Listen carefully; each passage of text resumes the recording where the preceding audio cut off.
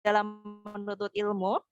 Jangan lupa untuk mengikhlaskan niat dalam menuntut ilmu ini dan Bunda meskipun tidak open mikrofon ya, Bunda tetap menjaga pakaiannya, pakai jilbab yang rapi, menyiapkan catatannya ya. Dan untuk sesi pada hari ini ada tata tertib acaranya ya. Jadi Bunda dimohon untuk tidak menyalakan kamera dan untuk mikrofonnya bisa dinyalakan nanti untuk sesi tanya jawab. Baik, bagaimana Bunda? Apakah sudah siap belajar? Masya Allah, bisa dibalas ya di kolom chat. Apakah sudah siap belajar? Masya Allah, ada Bunda Hanifah, ada Bunda Tasya. Wah, banyak sekali yang sudah siap. Nah, mari kita mulai materi hari ini. Namun sebelumnya, Nabila mau informasikan kalau nanti akan ada total hadiah 400.000 untuk 8 orang pemenang. Jadi Bunda jangan kabur dulu ya, meskipun mungkin lagi masak atau mungkin lagi vacation atau mungkin benar-benar mendengarkan, jangan keluar dari Zoom dulu sebelum acara ini benar-benar selesai karena nanti ada hadiah ya dari Aslapi Water untuk 8 orang pemenang. Dan untuk sesi tanya jawab nanti Bunda bisa langsung kirim pertanyaannya di dalam kolom Q&A dan nanti juga kami berikan fasilitas untuk raise hand ya. Baik, Masya Allah ini Ustadz sudah ada di tengah-tengah kita. Masya Allah, mari kita sapa beliau terlebih dahulu. Assalamualaikum warahmatullahi wabarakatuh, Ustadz. Ya, waalaikumsalam warahmatullahi wabarakatuh. Suara saya bisa Masya didengar dengan Allah. jelas? Sudah Ustadz, sudah bisa didengar. Oh baik, alhamdulillah. Bagaimana kabarnya Ustadz? Alhamdulillah sehat walafiat. Alhamdulillah, semoga Allah senantiasa jaga Ustadz ya. Amin, amin. Nah, Bantu gini baik saya. sebelum Ustadz menyampaikan materi, izinkan kami untuk menyampaikan biodata dari Ustadz Abu Salma Muhammad. Masya Allah, beliau ini dulu pernah berkuliah ya di Institut Teknologi 10 November Surabaya. Wah, berarti ini beliau arek Surabaya ya Ustadz. Iya, Masya Allah. betul. Dan saat ini aktivitas beliau adalah Ketua Yayasan Anak Teladan dan Pembina Komunitas Orang Tua Teladan. Wah, Masya Allah. Semoga Allah senantiasa berikan kemudahan ya untuk semua kegiatan Ustadz. Amin. Allahumma amin. Amin, amin. Baik, tanpa berlama-lama lagi, mari kita dengarkan materi dari Ustadz. Insya Allah nanti kurang lebih 30 menit Ustadz, lalu 15 menitnya sesi tanya jawab. Materinya berapa menit? 30 Ustadz. Ini dari teman-teman panitia. Oh, itu. Setengah jam aja berarti ya? Oh, baik. Iya Ustadz.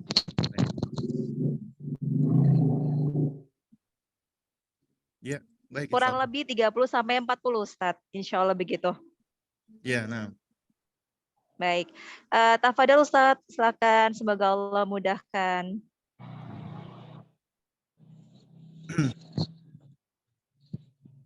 Bismillah. Innal hamdalillah nahmaduhu wa nasta'inuhu wa nastaghfiruh wa natubu ilaih wa na'udzu billahi min syururi anfusina wa min sayyiati a'malina may yahdihillahu fahuwal muhtad wa may yudlil falan tajida lahu waliyyan mursyida. Asyhadu an la ilaha illallah wahdahu la syarika lah wa asyhadu anna Muhammadan abduhu wa rasuluh la nabiyya ba'dahu amma ba'du. Fa inna asdaqal kalami kalamullah wa khairal hadi hadi Muhammadin sallallahu alaihi wa ala alihi wasallam wa syarrul umuri muhdatsatuha wa kullu muhdatsatin bid'ah wa kullu bid'atin dhalalah wa kullu dhalalatin finnar amma ba'du. Para akhwat dan para ummahat rahimani wa rahimakumullah, alhamdulillah kita bersyukur di pagi hari ini kita diizinkan oleh Allah Subhanahu wa taala untuk bersua di pertemuan kita yang kesekian kalinya ya bersama dengan teman-teman dari Aslah dengan parentingislam.id dan juga yang mensupport acara ini. Ya, dan insya Allah di pagi hari ini selama setengah jam ya. Jadi ini saya kira ya kita sampai 2 jam ya. Ternyata cuma setengah jam ya. Jadi nggak Afwan apa-apa. Ustadz. Ternyata Kita 60 Ustadz. kenapa? Oh, 60 menit insya Allah. 60 Afwan menit tadi ya. Anda salah menyampaikan. Oh, Iya. baik, iya. Soalnya kalau kalau setengah jam itu cuman ikip-ikip aja berarti itu.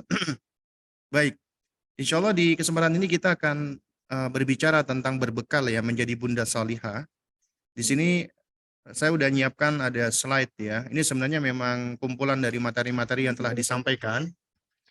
Ya, jadi ada 32 halaman dan tentunya 32 halaman ini eh, kemungkinan besar akan kesulitan untuk bisa kita selesaikan semua ya. Jadi kita insya Allah akan membahas sesuai dengan waktu ya insya Allah.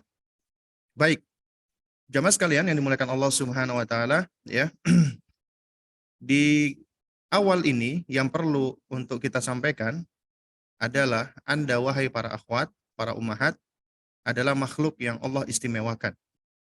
Allah Subhanahu Wa Taala ketika menciptakan Anda, ya Allah bentuk Anda di dalam rahim ibu-ibu kita, ya Allahu yusawwirukum fil arham, Allah yang membentukmu di dalam rahim-rahim ibu kita, itu Allah sudah membentuk kita. Ya, apakah laki-laki ataupun wanita, Allah sudah menentukan. Ya. Dan di antara keistimewaan Anda, ya, keistimewaan Bunda, Allah menyebutkan tentang ibu secara khusus setelah Allah memerintahkan untuk berbakti kepada orang tua. Padahal kita tahu ya, berbakti kepada orang tua di dalam Al-Quran, Allah selalu senantiasa sebutkan setelah perintah untuk mentauhidkan Allah, beribadah hanya kepada Allah. Kemudian setelah perintah untuk berbakti kepada kedua orang tua, Allah istimewakan ibu. Allah mengistimewakan ibu. Ya. Nah, nanti ini akan kita sebut ya di antara dalilnya. Ya, itu nanti di dalam surat Luqman 14 dan surat Al-Ahqaf ayat 15. Ya, nanti di slide berikutnya kita akan sebutkan ayatnya. Ya. Nah, lalu kemudian yang kedua, Nabi SAW juga mengistimewakan ibu. Ya, Allah mengistimewakan, Nabi mengistimewakan. Makanya para ulama mengatakan al-ummu ahaqqun nasi bihusni sahabah. Ibu itu adalah orang yang paling utama untuk mendapatkan ya as-suhbah, yaitu pembersamaan. Ya. Yang paling utama untuk mendapatkan pembersamaan. Ya. Ini sebagaimana di dalam hadis Nabi SAW, Nabi pernah ditanya oleh sahabat, ya, man ahaqqu bihusni sahabati, siapa yang lebih berhak untuk kebaikan persahabatanku atau pembersamaanku ya Rasulullah? Maka Nabi mengatakan ummuka. Tsumma man ya Rasulullah ummuka. Tsumma man ya Rasulullah ummuka. Jadi Nabi menyebutkan sebanyak 3 kali. Ibumu, ibumu, ibumu. Berarti ibu istimewa. Dan kemudian juga di dalam sejumlah riwayat, itu ada riwayat yang mengatakan surga berada di bawah kaki ibu. Sebagian riwayatnya palsu, sebagian riwayatnya dhaif, tapi ada riwayat yang hasan. Ya, sebagaimana yang diriwayatkan oleh Muawiyah bin Jahimah, ya, bin Jahimah As-Sulami, yang mana beliau ingin turut berjihad. Kemudian ditanya oleh Nabi, ya, apakah engkau punya ibu? Beliau mengatakan punya. Maka kata Nabi SAW, falzimha fa innal jannata tahta rijlaiha. Nabi mengatakan falzimha, ya, bersamai ibumu. Ya. Jadi diperintahkan untuk, ya, yang namanya ilzam, ya, itu adalah membersamai. Ya. Jadi bersamai ibumu karena surga tahta rijlaiha. Itu berada di bawah kedua kakinya. Hadis riwayat Imam Al-Hakim dan dihasankan oleh ya sebagian ulama. Ya. Jadi ini di antara keistimewaan yang disebutkan dari keistimewaan-keistimewaan yang begitu banyak. Nah, dari sini wahai ayah, wahai para bunda maksud saya, Anda adalah makhluk yang istimewa. Ada keistimewaan Anda yang tidak tergantikan, yang tidak bisa digantikan oleh orang lain. Anda yang mengandung, sebagaimana Allah Subhanahu Wa Taala firmankan, hamalathu ummuhu kurhan. Surat Al-Ahqaf ayat 15. Kemudian juga surat Luqman ayat 14, hamalathu ummuhu wahnan ala wahnin. Sebelumnya Allah Subhanahu Wa Taala berfirman, wa wassaynal insana biwalidayhi. Kami perintahkan manusia untuk berbuat baik kepada kedua orang tuanya. Kemudian Allah mengkhususkan ibu di dalam surat Al-Ahqaf ayat 15 dan surat Luqman ayat 14. Allah sebutkan secara khusus ibu, hamalathu ummuhu, karena ibu yang mengandung. Enggak ada ya selain dari ibu-ibu atau selain dari wanita yang bisa mengandung, ya, yang bisa mengandung Allah berikan hanya kepada wanita, ya. Kemudian karena wanita yang mengandung, wanita yang melahirkan, di dalam surat Al-Ahqaf ayat 15 Allah mengatakan wa wada'athu kurhan, ya, dan dia melahirkannya dengan susah payah. Kemudian setelah lahir, Allah perintahkan para ibu untuk menyusui anak-anaknya wa fisaluhu fi amaini, dan menyapihnya dalam waktu 2 tahun. 3 hal ini adalah 3 keistimewaan yang tidak bisa tergantikan ada pada sosok ibu. Ibu yang mengandung, ibu yang melahirkan, dan ibu yang menyusui. Dan ini adalah suatu hal yang sudah Allah karuniakan kepada Anda. Kemudian Anda, wahai para ummahat, Anda, wahai para bunda, Allah udah membekali Anda. Ya, artinya ketika Allah menciptakan Anda dan Allah menetapkan Anda menjadi wanita, ketahuilah profesi istimewa Anda dan profesi bawaan Anda itu adalah sebagai seorang ibu. Ya. Dan untuk menjadi ibu, Allah sudah bekali Anda. Allah bekali Anda dengan fitrah berupa kasih sayang yang Allah tanamkan di dalam diri Anda. Seorang ibu itu luar biasa, ya. Kasih sayangnya, makanya Allah Subhanahu wa taala jadikan, ya, Rasulullah maksud saya, jadikan kasih sayang ibu itu sebagai komparasi untuk menggambarkan begitu luar biasanya kasih sayang Allah. Ya, yaitu di dalam hadis yang kita seringkali sudah dengar, yaitu tentang ada tawanan perang yang datang, kemudian diantaranya ada wanita kehilangan bayinya, ya, kemudian dia begitu kalutnya, begitu sedihnya. Namun ketika ketemu bayinya, dia langsung begitu senangnya dipeluknya bayinya dan disusui bayinya. Kemudian Nabi bertanya kepada sahabat, mungkinkah ibu ini melemparkan bayinya ke api? Sahabat menjawab, wallahi ya Rasulullah. Demi Allah ya Rasulullah, enggak mungkin ibu ini tega untuk melemparkan anaknya ke dalam api. Ya. Kemudian Nabi mengatakan, innallaha arhamu bihadhihi, ya, an waladiha. Jadi sesungguhnya Allah Subhanahu wa taala itu lebih mencintai hamba-hambanya daripada ibu ini mencintai anaknya. Ya. Jadi yang dijadikan sebagai komparasi adalah kasih sayang ibu. Juga Allah berikan kepada Anda ghariza naluri, insting untuk bisa menjadi ibu. Intuisi. Ya. Jadi secara instingtif ketika Allah karuniakan Anda anak yang tadinya Anda itu, ya, mohon maaf ya, ada wanita-wanita, ya, itu yang dia itu ketika sebelum menikah dia nggak suka sama anak kecil. Anak kecil itu bikin ribet, bikin ribut, dan lain sebagainya. Tapi ketika dia menikah, Allah karuniakan anak, itu tiba-tiba perasaan-perasaan dia yang nggak suka sama anak itu hilang. Ya, kenapa? Karena naluri keibuannya itu keluar, muncul. Kemudian juga Allah udah berikan potensi dan kemampuan untuk menjadi seorang ibu. Ya, jadi untuk menjadi seorang ibu, Allah sudah mengkaruniakan hal itu, apa namanya, kepada masing-masing Anda. Ya, jadi nggak ada alasan Anda tidak, apa maksudnya, saya nggak mampu untuk apa ya, untuk apa ya namanya, untuk menjalankan sebagai peran ibu, ya. Karena Allah mengatakan la yukallifullahu nafsan illa wus'aha. Allah Subhanahu wa taala, dia tidaklah memberikan beban melebihi daripada kapasitasnya, ya. Nah, baik. Jamaah sekalian muliakan Allah Subhanahu wa taala, demikian pula Allah sudah berikan berbagai macam instrumen kepada Anda agar Anda bisa menjadi ibu yang seutuhnya. Allah berikan kepada Anda instrumen berupa fisik, ya. Artinya secara physically Anda diberikan Allah kemampuan untuk mengandung, melahirkan, dan menyusui. Kemudian Anda juga diberikan instrumen untuk bisa terus belajar, mengupgrade pengetahuan. Kemudian instrumen untuk memahami dan mengenali diri, dan seterusnya. Ini adalah hal-hal yang sudah Allah Subhanahu wa taala karuniakan dan berikan kepada Anda. Sehingga dari sini tidak ada alasan bagi siapapun, ya, untuk mengatakan aku nggak mampu, aku nggak bisa menjadi sosok ibu atau membesarkan anakku. Karena Allah sejatinya sudah memberikan kemampuan itu. Nah, ini memang sengaja perlu saya sampaikan. Kenapa? Agar Anda, wahai para ummahat, agar Anda, wahai para bunda, Anda adalah makhluk yang Allah istimewakan, yang Allah pilih. Dan Allah ketika memberikan tanggung jawab dan amanat, Allah sudah berikan kemampuan kepada Anda.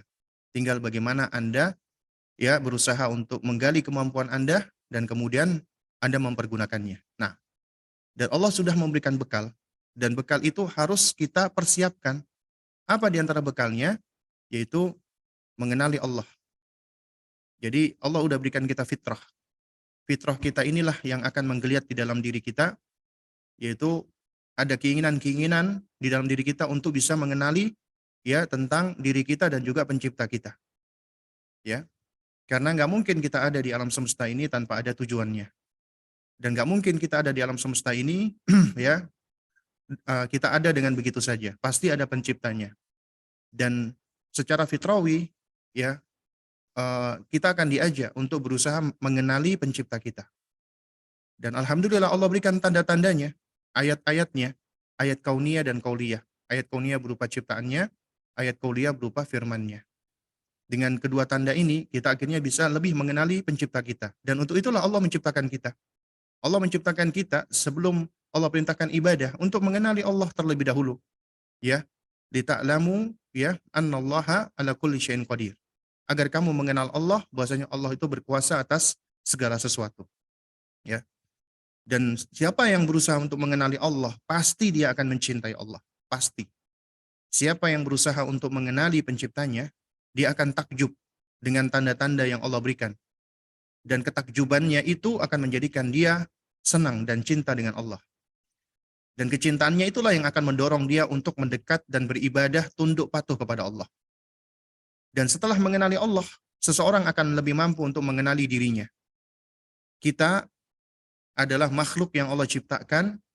Diriku adalah sosok yang paling dekat dengan diriku sendiri dan Allah perintahkan untuk menjaganya. Allah berfirman, "Qu anfusakum wa ahlikum nara." Jagalah dirimu dan keluargamu dari siksa neraka. Perintah Allah pertama adalah untuk siapa? Untuk diri kita sendiri, menjaga diri kita.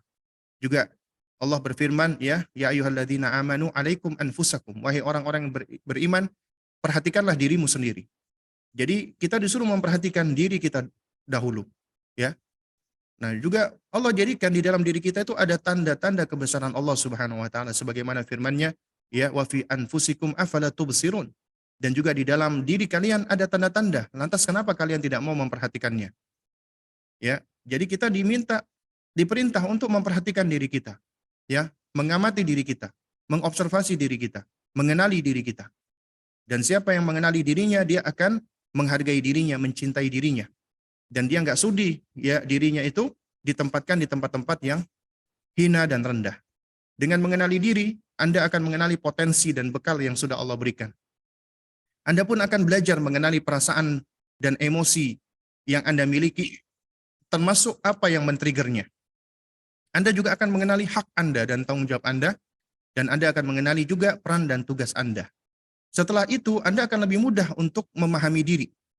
Kalau Anda sudah mampu memahami diri, akan hadir namanya self-awareness. Self-awareness inilah yang akan menggiring kita untuk berbuat dengan, ya kalau istilahnya orang-orang yang banyak dipakai saat ini ya, di dalam dunia parenting, mindfulness. Ya, itu kita bisa melakukan sesuatu dengan penuh mindfulness. Kita akan lebih mampu untuk meregulasi diri. Dhabtun nafsi. Dengan mampu untuk meregulasi diri, kita akan bisa menjadi sosok yang lebih baik. Nah, kemudian setelah itu baru kita akan mampu untuk apa? Untuk berbuat dan berlaku baik kepada orang lain termasuk suami dan anak kita. Kita akan lebih bisa mengenali anak kita, mengenali potensi mereka, mengenali status dan peran mereka. Anak adalah sebagai hibah, pemberian dari Allah, harus kita syukuri, ya, harus kita jaga, kita pelihara. Anak adalah perhiasan, ya, yang juga kita harus bersyukur dan juga kita pun harus menjadikan anak jangan sampai kita lalai dari Allah. Anak juga ujian, ya. Bahkan anak bisa menjadi musuh bagi kita, tapi juga anak bisa menjadi penyejuk mata bagi kita, qurratul ain. Nah, kemudian juga kita perlu untuk mengenali anak-anak kita itu unik, punya sifat, karakter, potensi yang nggak sama satu dengan yang lainnya. Makanya jangan banding-bandingkan mereka. Dan mereka juga akan mengalami fase-fase perkembangan hidupnya. Mereka juga punya bakat, minat yang satu dengan yang lainnya nggak sama. Itu tugas kita sebagai orang tua, mengenali dan kemudian kita akan mengarahkan mereka sesuai dengan bakat dan minat tersebut. Nah, lalu Anda sebagai ibu, Anda perlu mempersiapkan diri Anda. Ya, apa yang perlu dipersiapkan? Tentunya persiapan fisik. Ya, persiapan fisik, ya, Jadi persiapan fisik, ya, yang perlu kita siapkan, ya. Kita tahu ya kalau Allah memberikan kita anak-anak, apalagi anak usia dini, ya kita tahu ya karakter mereka itu kan aktif. Nah, inilah di antara anjuran kenapa Nabi Shallallahu Alaihi Wasallam itu menganjurkan kita menikah di usia muda, agar kita lebih memiliki kemampuan untuk pembersamaan atau membersamai, ya, membersamai anak-anak kita. Sebentar ya.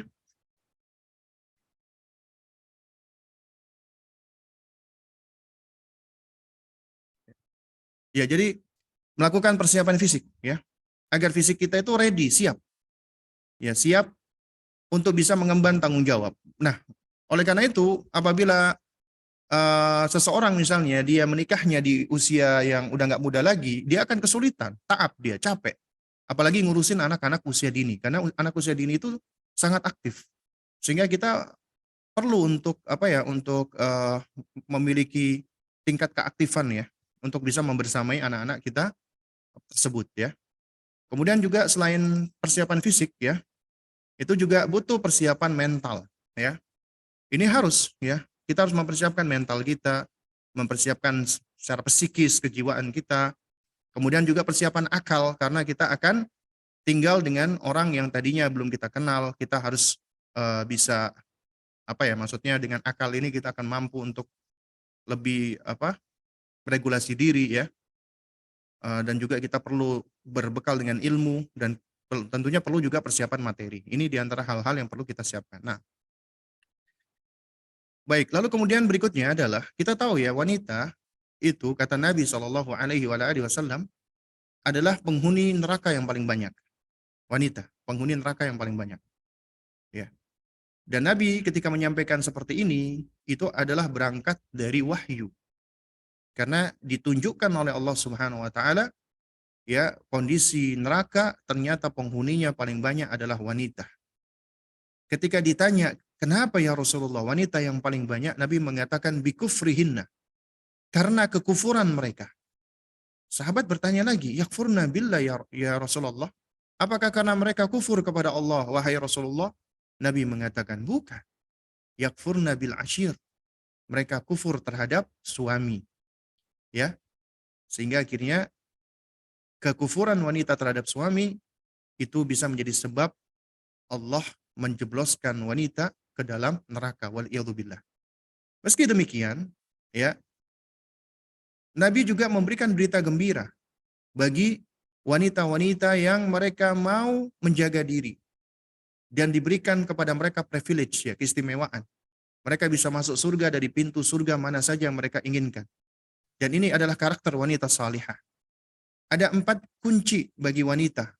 Bukan hanya mereka dimasukkan surga oleh Allah, tapi juga diberikan privilege untuk bisa memilih di antara 8 pintu surga yang Allah siapkan, yang mana tiap-tiap pintu surga itu Allah siapkan bagi orang-orang khusus sesuai dengan amalnya. Ternyata wanita ini mereka diizinkan untuk bisa memilih dari pintu mana saja. Ini enggak diberikan kepada yang lainnya. Diberikan privilege ini kepada wanita, diberikan kepada Anda. Ya, sebagaimana dalam sabda Nabi sallallahu alaihi wasallam, "Idza shallatil mar'atu khamsaha wa shamat syahraha wa hafizat farjaha wa ata'at zawjaha, qila laha udkhulil jannata min ayyi abwabil jannati syi'ti." Jika seorang wanita dia selalu menjaga salat 5 waktu, berpuasa di bulan Ramadan, menjaga kesuciannya, menjaga kemaluannya, dan taat kepada suaminya, maka di hari kiamat dikatakan kepadanya, "Masuklah engkau ke surga melalui pintu manapun yang engkau senangi, yang engkau kehendaki." Ya Allah Akbar. 4 kunci ini yang hendaknya dijaga.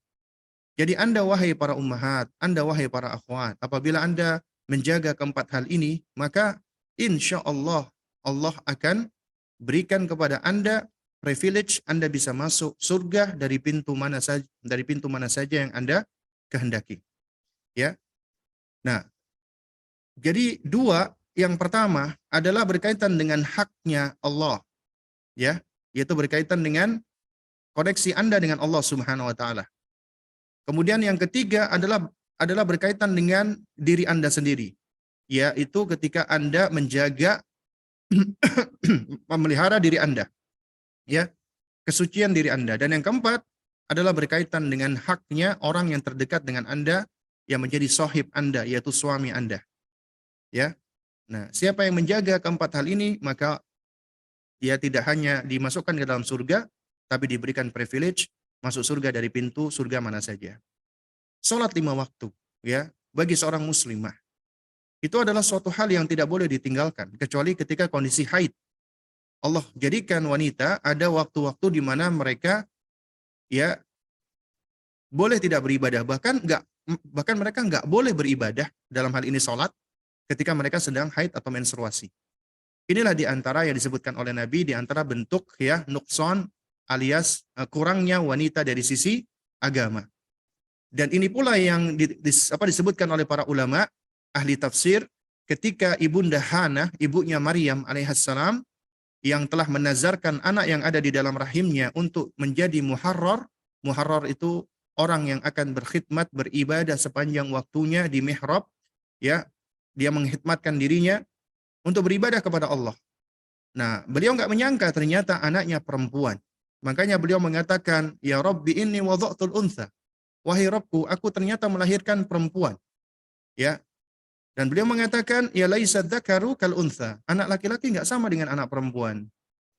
Kenapa? Kata para ulama ahli tafsir, karena beliau Bunda Hana tahu ada kondisi-kondisi di mana wanita itu tidak bisa optimal beribadah. Ada kondisi-kondisi di mana mereka harus libur dari sholatnya, ya. Namun tidak halnya dengan laki-laki. Laki-laki itu mereka bisa terus sholat sepanjang waktu, ya. Tidak dengan wanita. Nah, meskipun demikian, tetap wanita diperintahkan untuk menjaga sholat 5 waktu dalam kondisi-kondisi yang mereka memang dibolehkan. Karena kita tahu sholat adalah imaduddin, tiangnya agama. Apabila runtuh, maka akan runtuh semuanya. Dan sholat adalah ibadah yang pertama kali akan dihisab oleh Allah Subhanahu wa Ta'ala. Apabila sholatnya bagus, maka akan bagus atau baik pula seluruh amalnya. Sholat adalah yang membedakan antara muslim dengan kafir. Karena Nabi mengatakan, "Al-ahdu bainana wa bainahum as-salah, faman tarakaha faqad kafara." Yang membedakan antara kami dengan mereka orang kafir adalah sholat. Siapa yang meninggalkan sholat, maka sungguh dia telah kafir. Ya, jumhur sahabat mengkafirkan orang-orang yang meninggalkan sholat meskipun mereka meninggalkannya kusala karena malas. Ya, meskipun jumhur dari para a'immatul arba'ah, ya 4 imam mazhab kecuali Imam Ahmad berpendapat tidak kafir, tapi mereka jatuh kepada dosa besar yang lebih besar daripada dosa zina, lebih besar daripada dosa riba, ya. Lebih besar dari dosa begal, rampok dan yang semisalnya, yaitu meninggalkan sholat dengan sengaja. Ya. Dan sholat mencegah dari perbuatan keji dan mungkar. Loh, tapi Ustadz banyak orang yang sholat tapi ngomongnya ghibah, ngomongnya nggak baik. Maka ya orang-orang seperti ini adalah mungkin orang yang sholat zohirnya, fisiknya sholat, tapi ternyata sejatinya hatinya tidak sholat. Dia tidak menjiwai sholatnya. Sholatnya hanya pergerakan badan saja. Karena orang-orang yang sholat, ya sesuai dengan apa yang dituntunkan oleh Nabi, karena substansi sholat itu adalah khusyuk dan tumakninah. Ya, dia menghadirkan jiwa dan raganya menghadap kepada Allah Subhanahu wa Ta'ala. Dan dia menjiwai apa yang dia baca. Makanya di antara yang diterangkan oleh Syekh Utsaimin, wajib bagi muslim belajar bahasa Arab setidaknya agar bisa memahami apa yang dia baca ketika sholat. Itu yang paling penting. Mungkin dia nggak ngerti, belum bisa ngomong bahasa Arab misalnya, baca kitab Arab. Tapi minimal dia harus tahu ketika sholat apa yang dia baca, apa artinya, apa maknanya. Ya, agar dia bisa menjiwai sholatnya. Itu yang paling wajib. Ya. Jadi belajar bahasa Arab untuk memahami bacaan salat kita.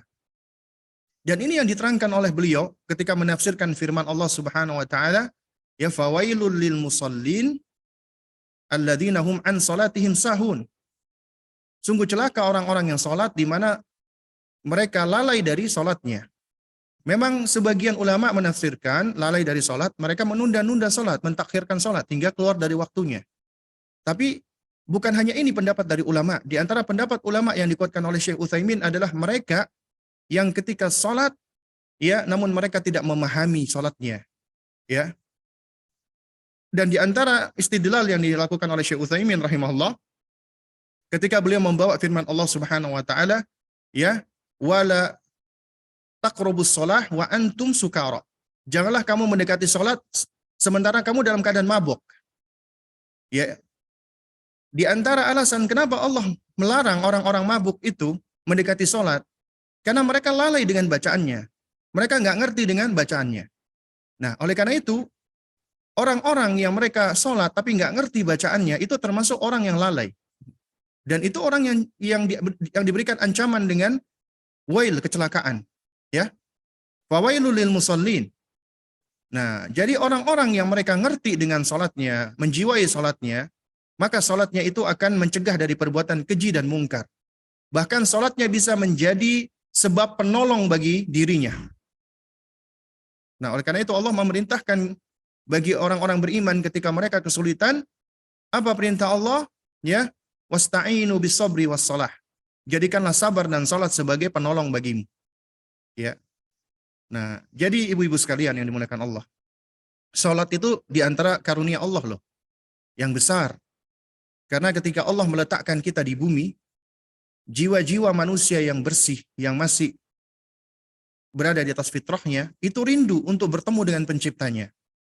Kita kepingin untuk segera bisa bersua dengan Allah pencipta kita. Jadi fitrah itu yang menggeliat di dalam diri manusia-manusia yang masih berada di atas fitrah. Pengen bertemu dengan Allah Subhanahu wa taala, Rabb yang menciptakan dia. Karena di dalam tubuh kita Allah sudah tanamkan kita cinta dengan Allah Subhanahu wa taala. Tapi di dunia kita diuji oleh Allah. Kita belum bisa bertemu langsung dengan Allah. Tapi Allah Maha baik. Allah mi'rajkan Rasulullah sallallahu alaihi wasallam dan Allah berikan hadiah yang paling besar bagi manusia. Apa itu? Sarana untuk bisa berkomunikasi dengan Allah. Salat. Itu harus kita ajarkan kepada anak-anak kita. Bukan cuman kita perintahkan mereka salat. Cuman kita suruh mereka salat, tapi mereka nggak tahu esensi dan substansi daripada salat. Salat itu nikmat yang Allah berikan. Makanya Allah jadikan salatnya Rasulullah itu sebagai apa? Qurratul a'yun, penyejuk mata bagi Nabi sallallahu alaihi wasallam. Karenanya ketika datang waktu salat, ya, beliau memerintahkan Bilal, ya Bilal, kum fa'arihna bis shalah. Wahai Bilal, bangunlah, kum, iqamahlah, fa'arihna bis shalah, dan bahagiakan kami dengan salat. Karena salat itu yang membuat bahagia. Juga demikian itu dikatakan di dalam sebuah riwayat, ya, itu dikatakan habasal amru ala Nabi SAW, apabila Nabi SAW itu dilanda suatu kesulitan atau masalah, fasalla, maka beliau salat. Jadi ketika beliau mengalami kesulitan, beliau salat. Karenanya Allah Subhanahu wa taala ketika berfirman, fafirru ilallah, berlarilah engkau kepada Allah. Ya, itu diterangkan oleh para ulama manusia. Ya, kita bicara nih misalnya tentang anak-anak kita. Ketika mereka sedang sedih, mereka sedang kesulitan, mereka sedang gelisah, mereka sedang ketakutan, mereka sedang khawatir. Ya, yang dicari siapa? Ibunya, orang tuanya. Lalu ketika mereka ketemu sama ibunya, mereka akan berlari. Mendekati ibunya, dipeluknya ibunya. Kemudian menangis. Ya. Nah, Allah Subhanahu wa taala memerintahkan kepada hamba-hambanya yang mencintai Allah. Fafirru ilallah. Berlarilah kalian menuju kepada Allah. Ketika kalian sedang dilanda kesulitan, gelisah, ya khawatir, takut, lari kepada Allah. Ada masalah, segera lari kepada Allah.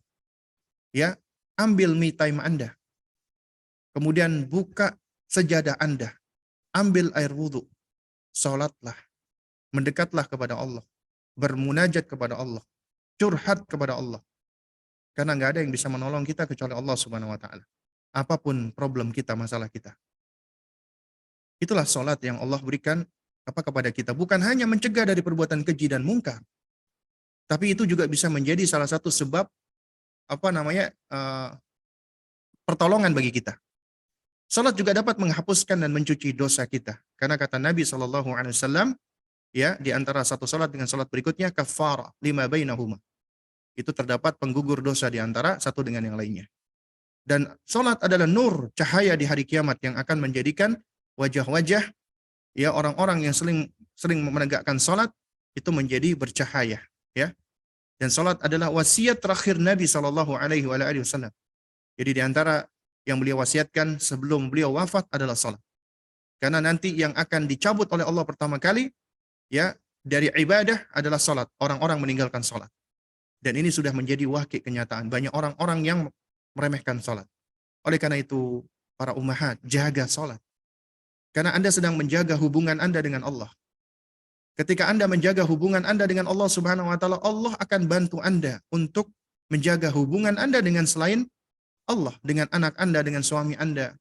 Apabila Anda merasakan hubungan Anda dengan anak Anda sudah nggak begitu baik, maka salatlah. Perbaiki hubungan Anda dengan Allah. Ya, sebagaimana kata Imam Al-Hasan Al-Basri rahimahullahu taala, ya, man aslaha ma bainahu wa bainallah, aslaha Allahu ma bainahu wa bainan nas. Siapa yang memperbaiki koneksinya, hubungannya dengan Allah, Allah akan memperbaiki koneksinya dengan orang lain. Kemudian yang kedua adalah berpuasa Ramadan. Sebulan penuh. Tapi Ustadz kan ada haid. Iya. Yang menarik adalah ketika puasa, Anda haid, nggak boleh berpuasa, tapi Anda wajib mengganti di hari yang lain. Tidak dengan sholat. Itu baiknya Allah Subhanahu wa Ta'ala. Kenapa? Karena sholat adalah kewajiban kita sehari 5 kali. Yang wajib itu. Ramadan setahun hanya 1 bulan. Artinya Allah tahu tentang kemampuan kita. Allah tahu tentang kemampuan Anda. Kalau sholat itu harus diganti ketika Anda misalnya haid, akan kesulitan. Orang yang nggak diganti aja 5 kali sehari aja sudah banyak yang meremehkan, meninggalkan. Karena itulah baiknya Allah Subhanahu wa Ta'ala. Sholat yang Anda tinggalkan karena Anda haid nggak perlu diganti. Karena memang kondisi Anda adalah gugur kewajibannya. Tapi kalau puasa, Anda harus mengganti di hari yang lain. Dan Allah jadikan puasa itu istimewa, ya. Dan Allah jadikan itu ibadah yang eksklusif, ya. Allah mengatakan, ya, Allah melipat gandakan semua amal illas siyam atau illas saum, kecuali puasa. Fa innahu li wa ana ajzi bihi. Kecuali puasa, karena puasa itu adalah untukku, eksklusif untukku, dan aku yang akan membalasnya secara khusus. Jadi itu adalah ya keistimewaan yang Allah berikan. Puasa juga bisa menjadi syafi', yang memberikan syafaat di hari kiamat, sebagaimana dalam hadis bahwasanya Al-Qur'an was-shaum ya yashfa'ani fi yaumil qiyamah, akan memberikan syafaat di hari kiamat, ya. Lalu kemudian juga puasa adalah perisai yang akan menjadi penghalang kita dari keburukan-keburukan. Dan puasa adalah sebab kita memperoleh ampunan dari Allah dan menggugurkan dosa-dosa kita. Ya, man shoma Ramadhana imanan wa ihtisaban, ghufira lahu ma taqaddama min dzambi. Siapa yang berpuasa karena keimanan dan mengharapkan balasan dari Allah, maka Allah akan ya gugurkan dosa-dosanya. Dan kemudian Allah sediakan babu royan, pintu royan bagi orang-orang yang berpuasa. Dan kemudian orang yang berpuasa diberikan 2 kebahagiaan. Ya, kata Nabi SAW, ya, walis-shaimi farhatan, bagi orang yang berpuasa farhatan, ada 2 kebahagiaan. Pertama, ya, idza aftara fariha bi fitrihi, apabila waktunya berbuka dia berbahagia dengan buka puasanya. Siapa sih yang enggak bahagia ketika berbuka puasa? Karena itu yang ditunggu-tunggu. Di dunia itu nikmatnya. Tapi di akhirat adalah apa? Adalah ketika dia akan berbahagia, ya, ketika laqiya rabbahu, dia berjumpa dengan Allah. Jadi fariha bisaumihi, dia akan bahagia dengan puasanya ketika dia bersua atau berjumpa dengan Allah. Karenanya jaga puasa Anda. Wanita ketika bicara tentang puasa wajib, maka nggak perlu izin sama suami. Tapi kalau puasa sunnah, izin sama suami selama suaminya berada di dekatnya. Ya, asalkan suami berada di dekatnya. Kalau suaminya misalnya lagi kerja di luar kota, di luar negeri, ada puasa sunnah, anak nggak perlu izin sama suami. Karena di antara hikmah kenapa wanita harus izin sama suami, ya, itu dalam rangka misalnya ketika Anda berpuasa, suami ingin misalnya melakukan hubungan suami istri atau yang semisal, makanya perlu izin dahulu agar Anda tidak jatuh kepada firman Allah, wala tubtilu a'malakum, janganlah kamu membatalkan amalan-amalan kamu.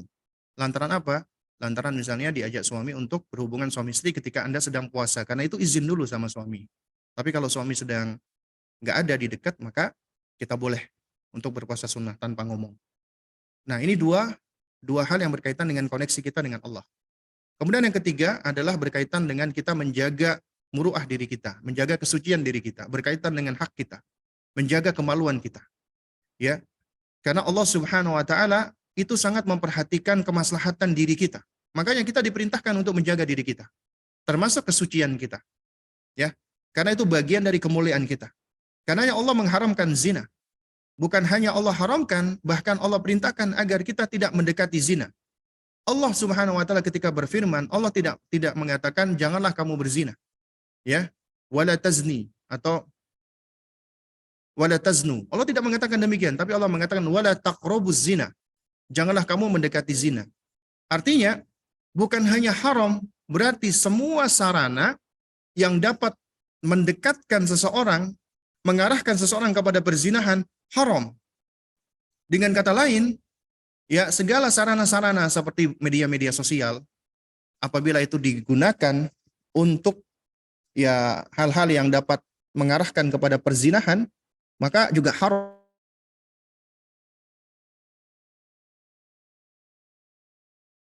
Ini. Ya. Nah, jadi hal ini akan dikembalikan kepada kaidah. Kaidahnya apa? Yaitu al-wasail lahal hukmul maqasid. Sarana itu memiliki hukum tujuan. Jadi dikembalikan kepada tujuannya. Karenanya hukumnya sarana itu sesuai dengan hukum tujuan. Apabila tujuannya itu kepada keburukan, maka sarana itu menjadi buruk ya. Intinya semua sarana yang dapat menuju kepada perzinahan haram hukumnya. Dan zina termasuk perbuatan dosa paling keji dan paling mungkar. Ya. Dan merusak tatanan masyarakat dan bangsa. Ya. Dan juga hukuman zina bagi orang-orang yang telah menikah muhsan dirajam. Ini menunjukkan tentang tegasnya syariat kita. Dan bagi yang belum menikah, maka dicambuk lalu diasingkan agar mereka taubat darinya. Dan orang yang suka berzina akan rugi di dunia dan di akhirat. Dia mendapatkan kenikmatan sesaat, namun apa kerugiannya adalah langgeng, ya. Nah, kemudian juga zina dapat membunuh rasa malu. Nah, kemudian yang keempat, ya, ini yang paling berat untuk para wanita, ya. Alhamdulillah Ustadz, saya sholat, saya berpuasa, saya berhijab, saya menjaga hubungan saya dari laki-laki lain, tapi saya berat menaati suami. Kenapa? Suami saya itu orangnya nggak bertanggung jawab. Suami saya itu dia nggak memberikan nafkah yang layak. Suami saya itu orangnya temperamen, orangnya begini dan begitu. Berat untuk menaati suami. Karena suami ujian bagi istri, sebagaimana istri juga ujian bagi suami. Di antara ujian terbesar bagi wanita, itu bukan ibadahnya, tapi menaati suaminya. Ya. Padahal ini hubungan antara manusia, tapi bisa menjadi sebab seseorang atau seorang wanita masuk surga atau masuk neraka ketika dia berinteraksi dengan suami. Di dalam hadis Nabi SAW, apabila Anda ingin mendapatkan manisnya iman, ya, itu dengan cara apa? Dengan cara memenuhi haknya suami. Sebagaimana dalam sabda Nabi yang mulia SAW, wala tajidul mar'atu halawatal iman hatta tuaddi haqqa zawjiha. Seorang wanita tidak akan merasakan manisnya keimanan sampai ia memenuhi hak suaminya. Berarti harus tahu hak suaminya. Harus ngerti hak-haknya suami. Seorang ya muslim yang cerdas, dia pertama berusaha untuk mengenali hak dulu. Karena hak itu berkaitan dengan kewajiban. Nggak ada hak, nggak ada kewajiban. Ketika kita tahu haknya suami, maka kita akan tahu kewajiban kita. Dan ketika kita melaksanakan hak dan melaksanakan kewajiban, insya Allah, Allah akan balas. Kita nggak pengen balasan dari orang tersebut yang kita tunaikan haknya, karena bisa jadi dia nggak akan membalas, tapi kita yakin Allah Subhanahu Wa Taala ya tidak akan menyia-nyiakan semua amalan kita. Allah akan balas. Nah, Jamaah sekalian menggunakan Allah. Pernah suatu ketika ada seorang wanita yang minta nasihat kepada seorang syekh yang tua. Dia mengatakan, ya syekh, dahulu sebelum aku menikah, aku ini orang yang ketika sholat beribadah khusyuk. Aku ini orang yang ketika membaca Al-Quran menangis. Ya. Dan aku adalah orang yang ketika menuntut ilmu, aku bersemangat. Namun setelah aku menikah, ya syekh, aku kehilangan ya itu semua. Seakan-akan ibadahku kehilangan rohnya. Ya, aku udah nggak lagi merasakan manisnya keimanan. Salatku itu kayak berasa biasa-biasa saja. Jadi nggak ada nikmatnya lagi di dalam ibadahku. Apa jawaban Syekh tadi? Ya, ini mungkin banyak yang dialami oleh wanita setelah menikah, apalagi punya anak. Kok kayaknya ibadah itu kayak biasa-biasa aja, tawar, udah nggak manis lagi gitu loh. Itu dinasihatin oleh Syekh, bisa jadi apa yang engkau alami itu lantaran engkau tidak menunaikan haknya suami. Sebagaimana hadis ini tadi. Kita yakin nggak sih apa yang disampaikan oleh Nabi yang mulia alaihissalam itu adalah al-haq, kebenaran? Dan yang Nabi sampaikan ini kebenaran. Wa ma yantiqu anil hawa in huwa illa wahyu yuha. Nabi itu nggak ngomong dari hawa nafsunya, melainkan wahyu yang Allah wahyukan kepada beliau. Nah, jadi diperintahkan, dinasehati untuk mengenali haknya suami dan tunaikan haknya suami. Maka dengan demikian engkau akan merasakan manisnya keimanan. Dan ketika engkau menunaikan hak suami, hadirkan niat karena Allah. Bukan supaya dibalas oleh suami. Kalau kita melakukan kebaikan, pamrih kita adalah kepada makhluk, kita kecewa. Kecewa. Tapi kalau kita menunaikan kewajiban, kita mengharapkan balasan dari Allah. Siapa yang mengharapkan balasan dari Allah nggak akan kecewa. Nggak akan kecewa, abadan selamanya. Tapi kalau kita mengharapkan balasan dari manusia, pasti kecewa. Pasti kecewa. Karena ya harus karena Allah. Dan ingat, ketaatan wanita kepada suami itu bisa menjadi surga atau neraka bagi sang istri. Ya, ini sebagaimana di dalam sebuah hadis riwayat, ada seorang wanita yang datang, kemudian Nabi bertanya, apakah engkau punya suami? Naam ya Rasulullah, aku punya suami. Kemudian ditanya oleh Nabi, bagaimana keadaanmu dengan suamimu? Beliau mengatakan, ya aku seperti wanita-wanita yang lainnya. Kemudian Nabi menasihatkan, fanzuri aina anti minhu, innama huwa jannatuka wa naruka. Ya, perhatikanlah sikapmu terhadap dirimu, terhadap dirinya, terhadap suamimu. Ya, karena sesungguhnya suami itu adalah surga atau nerakamu. Surga atau nerakamu. Ya, surga di dunia atau surga di neraka. Iya, afwan ya. Surga dan neraka di dunia atau surga dan neraka di akhirat. Waliyadzubillah. Nah, terus kemudian jamaah sekalian muliakan Allah Subhanahu wa taala, wanita salihah adalah di antara karakternya wanita yang paling menaati suami, tapi di dalam perkara yang ma'ruf. Sebagaimana kata Abdullah bin Abbas radhiyallahu taala anhuma, beliau adalah sahabat yang paling ahli di dalam menafsirkan Al-Qur'an, makanya disebut dengan turjuman Al-Qur'an ketika menafsirkan firman Allah Subhanahu wa taala surat An-Nisa ayat 34. Di sini diterangkan tentang karakter salihah oleh Allah Azza wa Jalla, fas-salihatu qanitatun hafizatun lil ghaibi. Wanita-wanita yang salihah adalah wanita yang qanitat. Mereka yang paling patuh, tunduk kepada Allah, wa hafizat, dan menjaga dirinya lil ghaibi ketika suaminya tidak ada. Dikatakan oleh Abdullah bin Abbas, qanitat ya, yakni apa? Yaitu adalah ta'iat li azwajihinna. Wanita-wanita yang taat kepada suami-suami mereka. Ya. Dan di sini disebutkan oleh Ibnu Abbas radhiyallahu taala anhuma, mereka tidak disebut sebagai ta'iat. Nah, coba perhatikan, tidak dikatakan fas-salihatu ta'iat, tapi qanitat. Ta'iat kan artinya adalah wanita-wanita yang taat. Tapi disebut qanitat. Karena kata qanitat dari kata kunut itu menunjukkan makna kepatuhan yang kuat dan sempurna. Ya, jadi bukan cuma sekedar taat, tapi ya di sini adalah dari kata qanitat dari kata kunut. Ya. Itu patuh yang kuat dan sempurna. Itu karakter orang-orang atau wanita-wanita salihah. Kita lanjutkan sedikit lagi ya.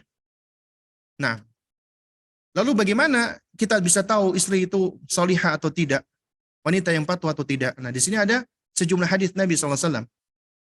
Di antara yang dikatakan oleh Nabi SAW adalah in nadhara ilaiha sarrathu. Apabila ia dipandang, maka ia menyenangkan hati suaminya. Ini perhatikan para akhwat, para ummahat. Ya, Nabi SAW mengatakan di antara tanda wanita-wanita yang salihah, yang bisa dicemburui oleh para bidadari, adalah wanita-wanita sebetapapun kondisinya, ya, dia akan berusaha untuk menjaga dirinya ketika dipandang suaminya, menyenangkan suaminya. Nggak mesti dia harus bersolek, nggak mesti dia harus ke salon dulu agar suaminya memandang itu senang. Nggak mesti. Bisa jadi mungkin dia lelah di rumah, tapi ketika suaminya pulang, dia menunjukkan wajah yang tenang, wajah yang ceria, wajah yang senang.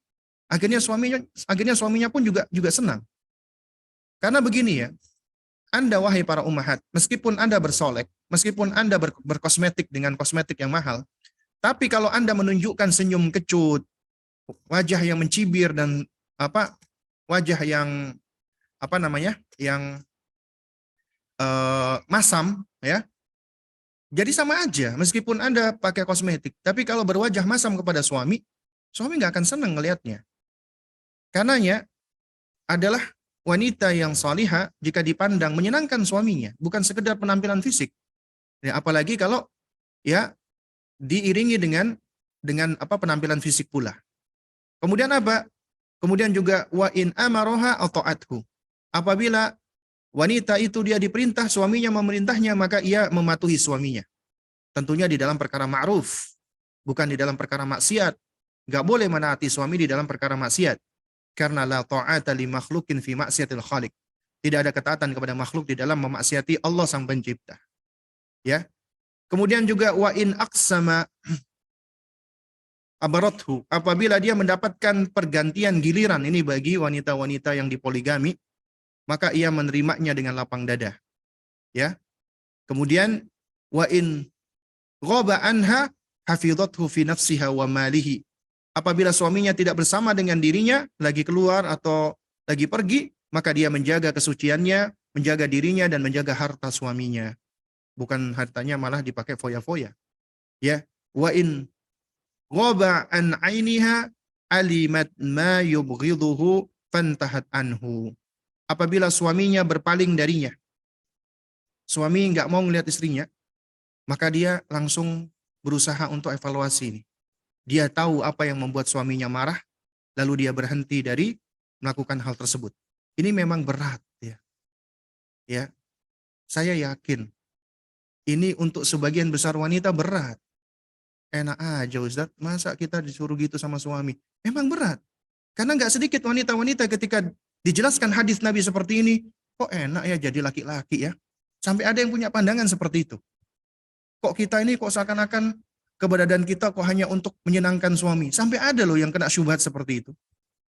Ya, ini syubhat sebenarnya. Padahal Allah memuliakan wanita sebenarnya. Ya. Dan Allah Subhanahu wa taala ketika menentukan sesuatu itu sesuai dengan ilmu Allah, sesuai dengan pengetahuan Allah. Dan Allah ketika memberikan suatu perintah dan Allah menerangkan tentang pembagian yang Allah lakukan, itu sesuai dengan apa yang Allah Subhanahu wa taala ketahui. Ya. Dan tidak ada yang tidak adil dari pembagian Allah Subhanahu wa taala. Karena ini menjadi ujian bagi wanita. Memang kita nggak bisa pungkiri. Nah, kita lanjutkan dulu. Kemudian ya, yaitu wala tasarrufat la yardhaha. Tidak ada tindakan-tindakan istri yang tidak diridhoinya. Nah, itu kalau kita ingin tahu nih bagaimana istri yang salihah. Nah, wanita yang salihah adalah wanita yang pandai berterima kasih kepada suaminya. Ya. Ustaz, kenapa kok membahasnya lebih banyak urusan sama suami? Karena ya jamaah sekalian, kalau kita membahas tentang wanita salihah, ada dan banyak wanita-wanita yang Masya Allah dia sholat malam, dia berpuasa sunnah, dia bersedekah, tapi ternyata terhadap suaminya dia kurang menghargai suami, kurang berbakti kepada suami, kurang menaati suami, dan ini menjadi hal yang dapat menghalangi istri dari kebaikan.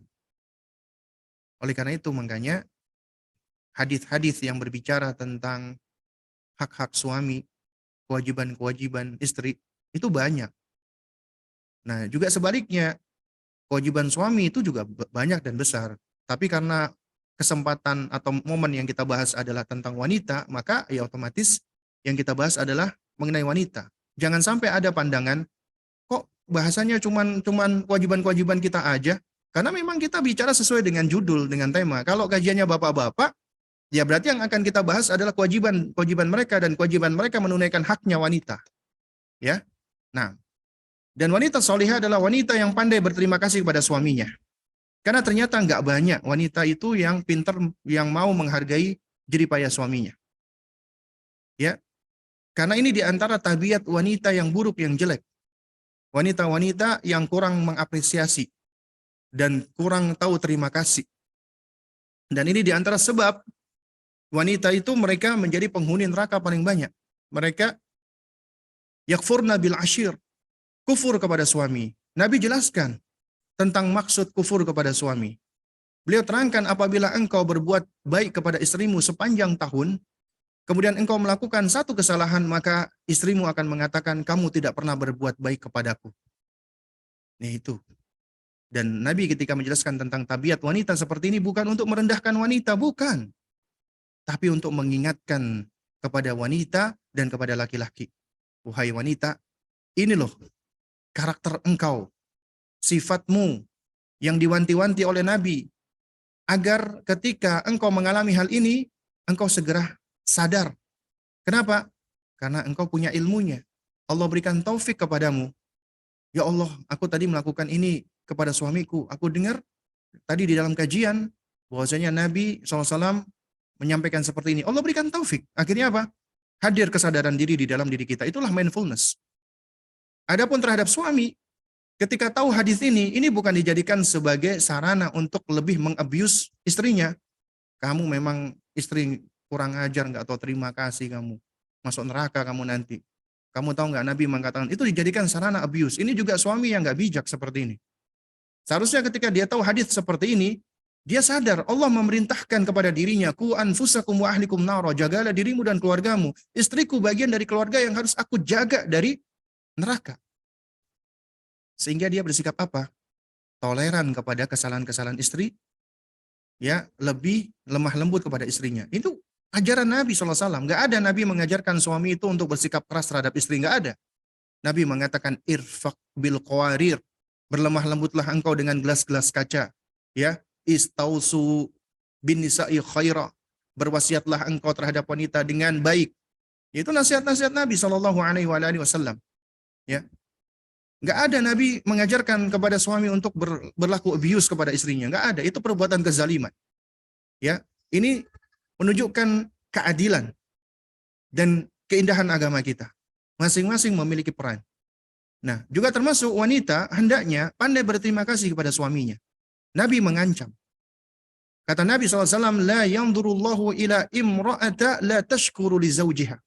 Allah nggak mau melihat, nggak mau memandang wanita yang tidak tahu terima kasih, nggak mau bersyukur, nggak mau mengapresiasi suaminya. Juga di dalam sabda Nabi yang mulia alaihi wasallam, Nabi mengatakan, "Lau kuntu amartu ahadan an yasjuda li ahadin, la amartul mar'ata an tasjuda li zawjiha." Sekiranya aku diperbolehkan untuk memerintahkan seseorang bersujud kepada orang lain, aku perintahkan wanita sujud kepada suaminya. Tuh perhatikan. Diperintahkan wanita sujud kepada suaminya. Kalau memang sujud itu boleh, tapi nggak boleh. Menunjukkan apa? Pentingnya wanita untuk menghargai suaminya. Ya, ingat ya jamaah sekalian, ya para akhwat dan ummahat.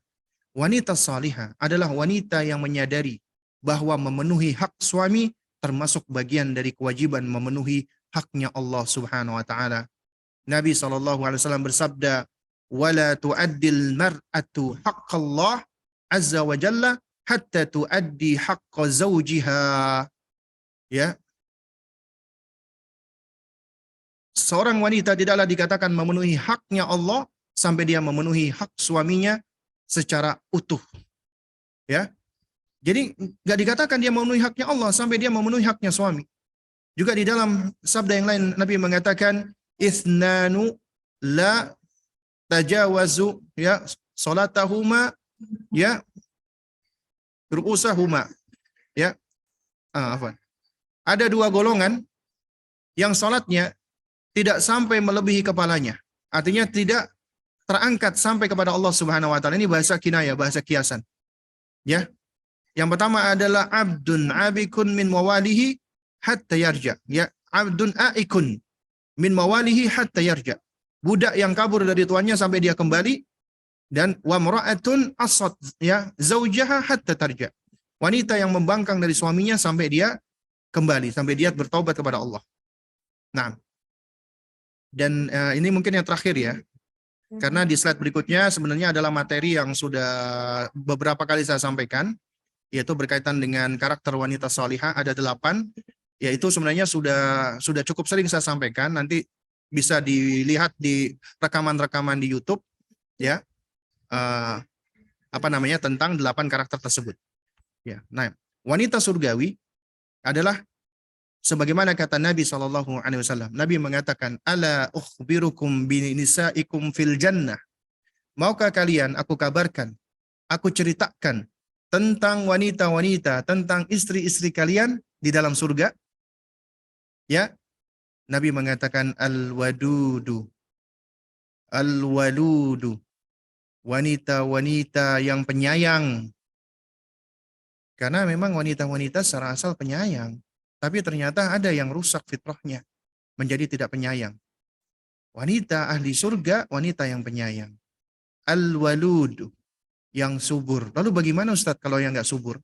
Tentunya kita tahu ya, kesuburan itu adalah pemberian dari Allah Subhanahu wa taala. Ya. Jadi apabila memang ada wanita yang Allah tetapkan mandul, tidak bisa punya anak, jangan berkecil hati. Jadi kita menerima dengan apa yang Allah tentukan. Bersabar dengannya. Ya. Nah, jadi mereka adalah wanita-wanita yang penyayang, lagi subur. Ya, artinya subur di sini juga di antara maknanya adalah dia mau untuk bersama-sama dengan suaminya berupaya untuk bisa berketurunan. Meskipun itu dikembalikan kepada Allah, apakah Allah berikan keturunan atau tidak. Ya. Kemudian idza ghadibat au ya usi'a ilaiha au ghadiba zaujuha qalat. Ya. Apabila mereka marah, apabila wanita tersebut marah, emosinya keluar, atau diperlakukan dengan keburukan, wanita tersebut diperlakukan dengan tidak baik, atau suaminya marah, qalat, maka wanita tersebut mengatakan, hadhihi yadayya, ini adalah kedua tanganku, fi yadika, ya, hadhihi ya yadiyya, fi yadika, ini tanganku, ya, aku letakkan di genggaman tanganmu. La aktahilu bi ghamdin hatta tarda. Aku tidak bisa memejamkan mataku sampai engkau ridha kepadaku, wahai suamiku. Ini wanita ahli jannah. Berat enggak? Berat. Karena memang masuk ke surga enggak mudah. Untuk masuk ke surga diuji oleh Allah Subhanahu wa taala. Di antara ujian wanita adalah suaminya. Enak aja Ustaz, suamiku habis berbuat buruk kepada aku, masa aku yang disuruh minta maaf? Masa aku yang disuruh mengalah? Masa aku yang disuruh meletakkan tangan? Yang nyuruh ini Rasulullah alaihi salatu wassalam. Kita umatnya Rasulullah. Kita percaya nggak sih dengan apa yang disampaikan oleh Nabi? Kalau kita percaya dan kita yakin, kita amalkan, kita praktekkan. Dan kita memang diuji untuk memilih antara kesalnya kita sama suami, marahnya kita dengan suami, jengkelnya kita dengan suami, dengan perintah Allah dan Rasulnya. Mana yang kita dahulukan? Seorang mukminah, dia akan mendahulukan perintah Allah dan Rasulnya. Makanya nggak sama antara seorang istri yang diuji Allah dengan suami yang buruk, kemudian dia tetap berbuat baik dan taat kepada suaminya, dengan seorang wanita yang Allah karuniakan kepadanya suami yang saleh, suami yang baik, kemudian dia taat kepada suaminya. Yang pertama ini, insya Allah pahalanya lebih besar. Kenapa? Karena dia diuji dengan ujian yang lebih besar. Ujian yang lebih besar, pahalanya insya Allah lebih besar. Dan wanita-wanita yang salihah adalah wanita-wanita yang lebih mengedepankan dan mendahulukan Allah dan Rasul-Nya. Dan mereka lebih ya mengedepankan Allah dan Rasul-Nya dibandingkan perasaannya, emosinya, temperamennya, kejengkelannya, kemarahannya. Mereka lebih mendahulukan Allah dan Rasul-Nya. Ya, karena itulah ini menjadi ujian yang gak mudah bagi sebagian besar wanita. Dan inilah karakter wanita salihah, insya Allah karakter wanita-wanita ahlu jannah. Mudah-mudahan yang sedikit ini bisa memberikan manfaat, ya, karena sudah pukul 10 ya. Berikutnya waktu dan tempat saya serahkan kembali kepada moderator kita. Nah,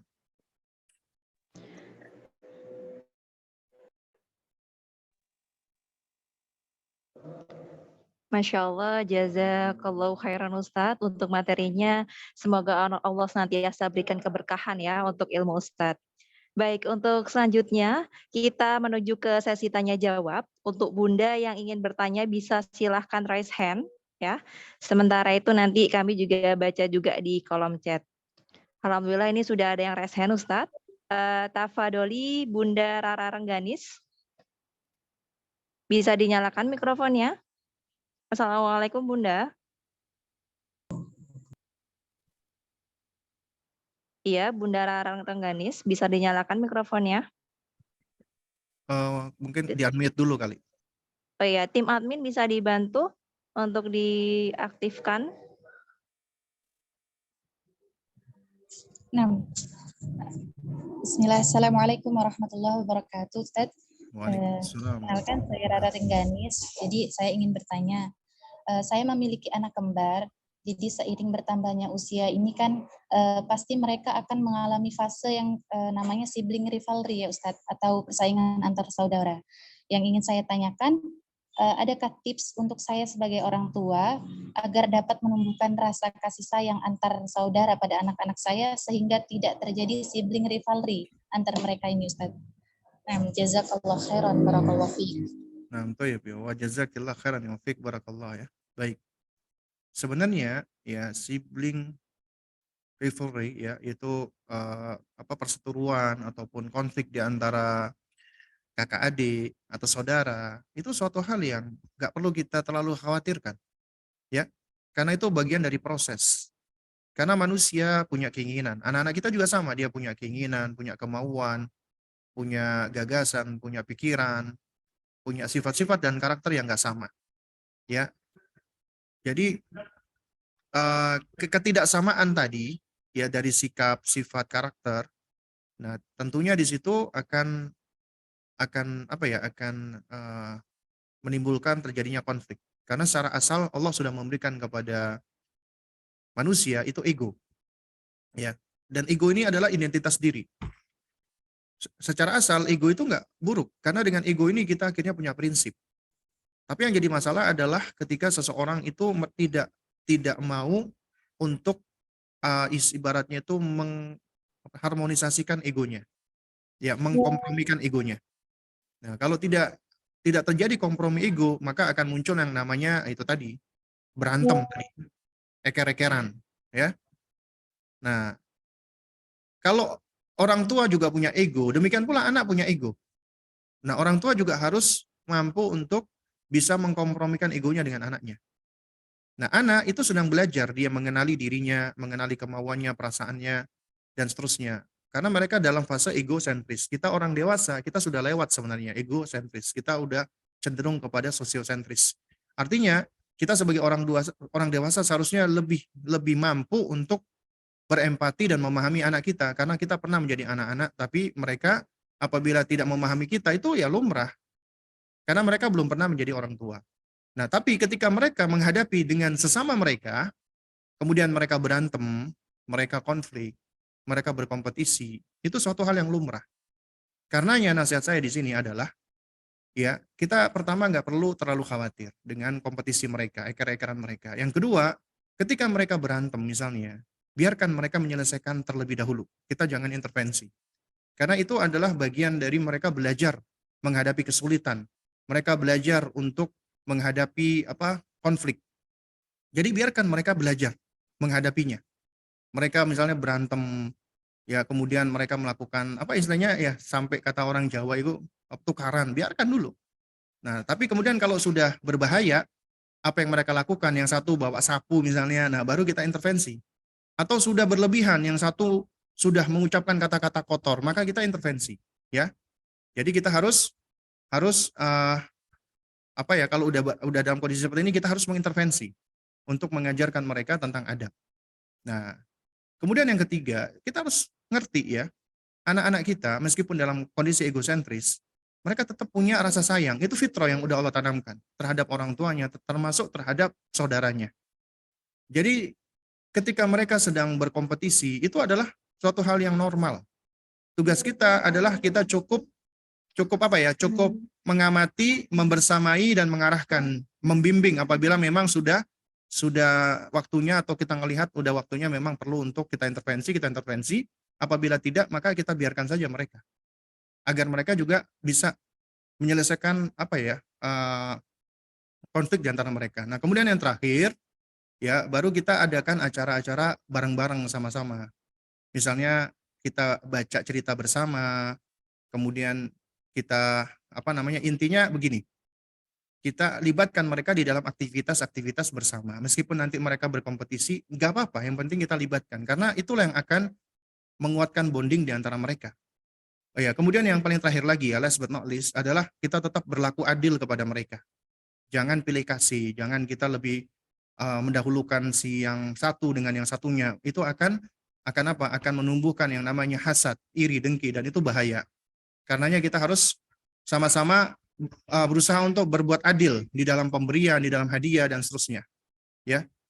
Nah, insya Allah dengan ini ya mudah-mudahan Allah Subhanahu Wa Taala akan memberikan taufiknya untuk kita dan juga untuk anak-anak kita, dan kita nggak perlu sebenarnya terlalu khawatir dengan adanya sibling ya, apalagi kalau itu masih anak-anak.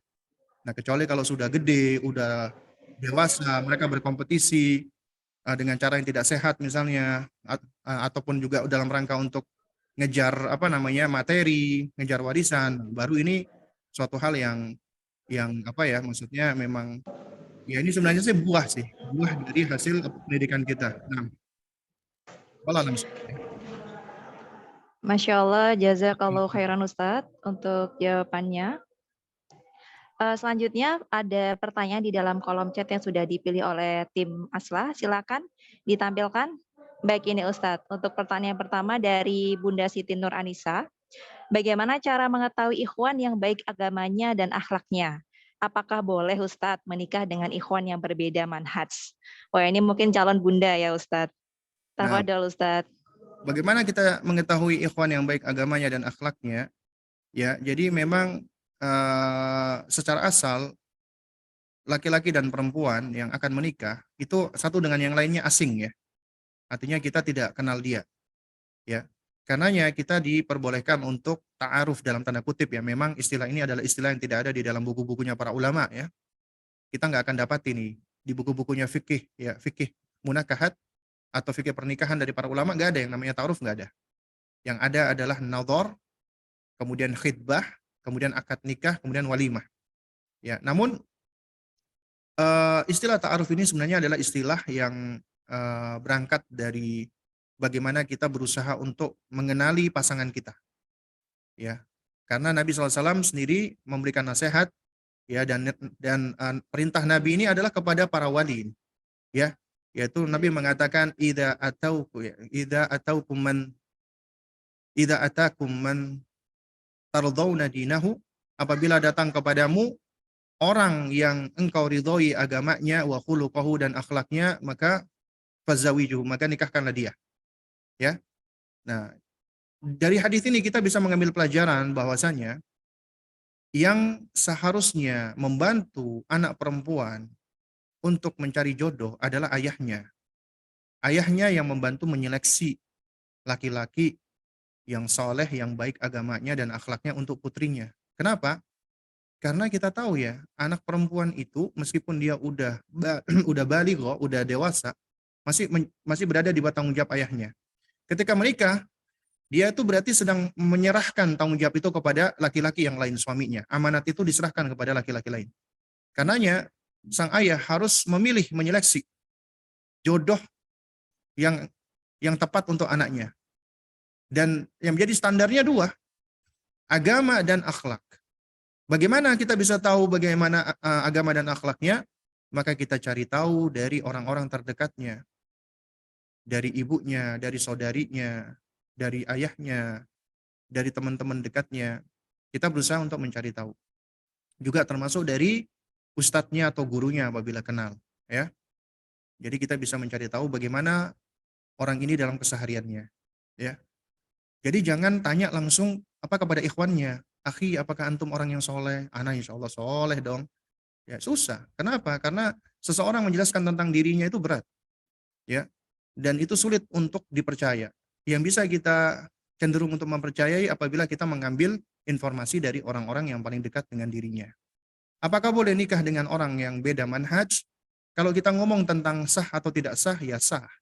Tapi kita bicara tentang bagaimana kita ingin membangun rumah tangga yang selamat, rumah tangga yang bisa bersinergi, melangkah bersama di dunia dan di akhirat. Kita bukan menikah untuk berkumpul di dunia saja. Karenanya apabila berbeda manhaj, sangat besar potensi untuk terjadi konflik, untuk terjadi perselisihan dan pertikaian. Apalagi kalau seandainya itu menyelisih manhajnya ahlu sunnah. Dan laki-laki seorang imam. Apabila imam ini dia memiliki pendapat-pendapat atau akidah dan manhaj yang menyimpang, maka tentunya akan menyeret anggota keluarganya. Dan itu berbahaya. Berbahaya. Ibaratnya kita itu ingin naik di atas bahtera, dan kita tahu ternyata nahkodanya adalah orang yang nggak tahu, atau maksudnya orang yang ternyata destinasinya berbeda dengan kita, ya. Nah, sehingga tentunya akan membahayakan bahtera kita. Jadi kalau dikatakan boleh atau tidak boleh, wallahu a'lam bishawab, jawaban saya adalah tidak boleh. Tapi kalau sah, ya sah, ya. Nah, wallahu a'lam bishawab. Masya Allah, barakallahu fiik Ustadz. Untuk pertanyaan kedua dari Bunda Mirna Juwita, di materi sebelumnya Ustadz mengatakan perempuan atau bunda itu memiliki fitrah kasih sayang. Namun kenapa di lapangan ditemukan ada seorang atau bunda yang tega membunuh anak kandungnya sendiri sebab sang anak menangis terus padahal si anak baru berusia 2 tahun. Melalui berita ini, apa penyebabnya ya Ustadz? Kenapa tega melakukan hal tersebut? Nah, baik ya. Ini sebenarnya pertanyaan yang sebenarnya kemarin saya di Masjid As-Salam juga sudah menjelaskan bahwasanya wanita, ibu itu secara fitrah, insting, naluri, ghoriza, watak, tabiat adalah makhluk yang lemah lembut. Allah berikan kelemah lembutan tersebut. Yaitu kita bicara tentang kondisi ideal ya. Secara konsep Allah Subhanahu wa taala udah berikan hal ini kepada wanita. Tapi ternyata secara realita, apakah semua wanita itu berlaku kasih sayang kepada anaknya? Ternyata jawabannya tidak. Jawabannya adalah ternyata tidak. Kenapa ini terjadi? Ternyata semuanya bermuara pada satu jawaban. Karena al-jahlu, kebodohan. Bodoh. Gak punya ilmu. Karena akar semua keburukan, kemaksiatan, kesesatan, kesyirikan, kebid'ahan, kefasikan, itu adalah karena kebodohan. Terutama al-jahlu billah, bodoh terhadap Allah, penciptanya. Kemudian al-jahlu bin nafsi, kemudian bodoh terhadap dirinya. Ya. Nah, apabila dia bodoh terhadap Allah, bodoh terhadap dirinya, maka dia akan tentunya tidak akan bisa menunaikan hak yang lainnya, termasuk anaknya. Dan itu akan merusak fitrahnya. Fitrah itu apabila tidak dijaga, tidak dipelihara, tidak ditumbuhkan, bisa rusak. Dan yang bisa menumbuhkan dan menyuburkan fitrah ilmu. Apabila ilmu itu tidak menumbuhkan, maka fitrah itu bisa menjadi gersang, kering kerontang. Kemudian juga bisa karena faktor yang lainnya, faktor-faktor ada traumatik ya. Ada wanita-wanita yang mengalami traumatik di masa kecilnya. Dan ini banyak sebenarnya akibat dari pola asuh dari orang tua ataupun dari lingkungan, akhirnya menimbulkan kondisi-kondisi yang traumatik ya. Karena memang secara riset penelitian ya, anak-anak terutama di usia 7 tahun pertama kehidupannya, apabila mereka tidak dididik dengan kelemah lembutan, maka itu akan menjadi benih-benih terjadinya gangguan-gangguan psikis, psikologis, dan kejiwaan. Jadi hampir semua ya gangguan-gangguan kejiwaan itu fondasinya adalah pada usia 7 tahun pertama kehidupan mereka, manusia. Ya. Karena di usia inilah ibaratnya semacam biji ya yang sedang berkecambah, itu fitrah. Ya. Itu sudah mati duluan. Sehingga akan sulit untuk bisa bertumbuh berikutnya. Ya. Nah, oleh karena itu, apabila ada kejadian misalnya seorang ibu sampai rela membunuh anaknya, itu nggak heran. Kenapa? Karena tadi fitrahnya yang sudah rusak. Dan juga ada hal-hal yang bersifat traumatik. Dan ini seringkali apabila dilakukan oleh seorang wanita yang sudah bersuami atau yang masih punya ayah, itu nggak lepas dari adanya pengaruh laki-laki tersebut. Ya. Contoh nih misalnya ya, beberapa tahun yang lalu kita sempat tahu ada berita viral, ada seorang anak itu didorong ibunya dari mobil. Kayak diusir ya, maksudnya dikeluarkan dari mobilnya. Dan itu terekam. Lebih viral lagi karena yang melakukan adalah seorang akhwat yang berjilbab panjang. Ternyata ketika dilakukan maksudnya diinvestigasi, ini ternyata ibunya itu sebenarnya adalah wanita yang baik. Ya. Beliau seorang dokter. Dan setiap hari dia selalu ngantar jemput anaknya. Ya, dia selalu ngantar jemput anaknya. Itu kejadian pertama dia melakukan seperti itu. Kenapa? Karena pertama dia baru tahu suaminya berselingkuh. Yang kedua, anaknya ini kayak menyelisih janji yang tadinya saya lupa ya. Jadi itu akhirnya memantik emosinya. Nah, dari sini kita bisa belajar itu nggak ada maksudnya wanita-wanita yang mengalami hal seperti ini sebenarnya itu tidak terlepas dari sebab laki-laki, ya, entah itu suaminya atau ayahnya, sehingga akhirnya mereka kehilangan akal sehat biasanya. Dan semuanya ini tentu juga nggak lepas dari faktor al-jahl, kebodohan, ya, karena akar dan asal muasal semua keburukan adalah karena al-jahl, kebodohan. Nah, wallahu a'lam bishawab. Masya Allah, jazakallahu khairan Ustadz. Baik, sebelum kita berlanjut ke pertanyaan selanjutnya, kami ingatkan untuk Bunda di sini, insya Allah nanti di akhir acara kita akan ada bagi-bagi hadiah dari Aslah. Jadi tetap stay tune ya Bunda. Untuk selanjutnya kami izin memanggil Bunda yang sudah raise hand. Silakan Bunda Nurul Hanifah. Silakan Bunda. Warahmatullahi wabarakatuh, Ustaz. Waalaikumsalam warahmatullahi wabarakatuh.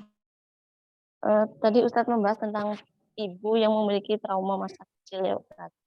Nah, saya seorang ibu yang memiliki trauma tersebut. Tapi dengan saya menikah, saya menemukan suami yang begitu menyayangi, jadi saya hilang trauma itu. Nah, belum lama ternyata suami saya membuat trauma saya dengan perselingkuhan, meninggalkan saya, mencampakkan anak-anak seperti itu, Ustadz. Dan di sini saya jadi berpikir tidak mampu mendidik anak-anak gitu loh. Sedangkan saya belum bisa mengendalikan emosi saya, belum bisa menerima takdir sepenuhnya tentang perselingkuhannya, tentang kezalimannya. Itu bagaimana ya Ustadz? Sekarang saya sedang proses persidangan. Nah, menurut Ustadz, apa baiknya anak-anak bersama saya atau saya serahkan ke suami saya ya Ustadz? Di satu sisi, saya tidak ingin kehilangan anak-anak saya, tapi di sisi yang lain saya merasa tidak mampu gitu Ustadz. Karena saya belum bisa berdamai dengan hati saya gitu, dengan takdir ini.